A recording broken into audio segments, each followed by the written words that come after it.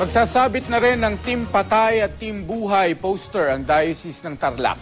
Hindi naman daw sila natatakot na mababatikos dahil dito. May paalala naman sa kanila ang COMELEC. Makibalita tayo kay Roland Umangay ng GMA Dagupan.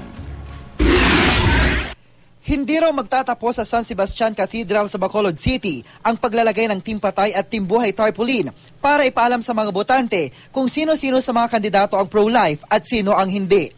Ayon sa ilang lider ng simbahan, patuloy silang mangangampanya para hindi maihalal ang mga kandidatong bumoto sa pagsasabatas ng Responsible Parenthood and Reproductive Health Act. Ang Team Patay at Team Buhay tarpaulin nakarating na nga sa Our Lady of Lourdes Parish sa Cebu City. Bagamat itinanggi ng pamunuan nitong sila ang nagsabit ng mga poster. Ngayon, pati ang ilang simbahan sa Tarlac, kakabitan na rin daw ng mga parehong tarpaulin simula bukas. Kanya-kanyang opinion yan, since there is freedom of speech bilang citizen ng republikang ito, meron din naman kaming mga opinion tungkol sa mga kumakandidato. Hindi raw natatakot ang Diocese ng Tarlac kahit pa nakatanggap ng batikos ang Diocese of Bacolod dahil sa pagpaskil ng Team Patay at Team Buhay poster.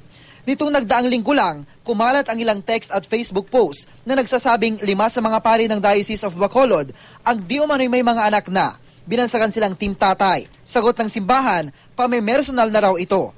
Wala naman daw nakikitang paglabag ang COMELEC sakaling maglagay na rin ng Diocese ng Tarlac ng Team Patay at Team Buhay tarpaulins.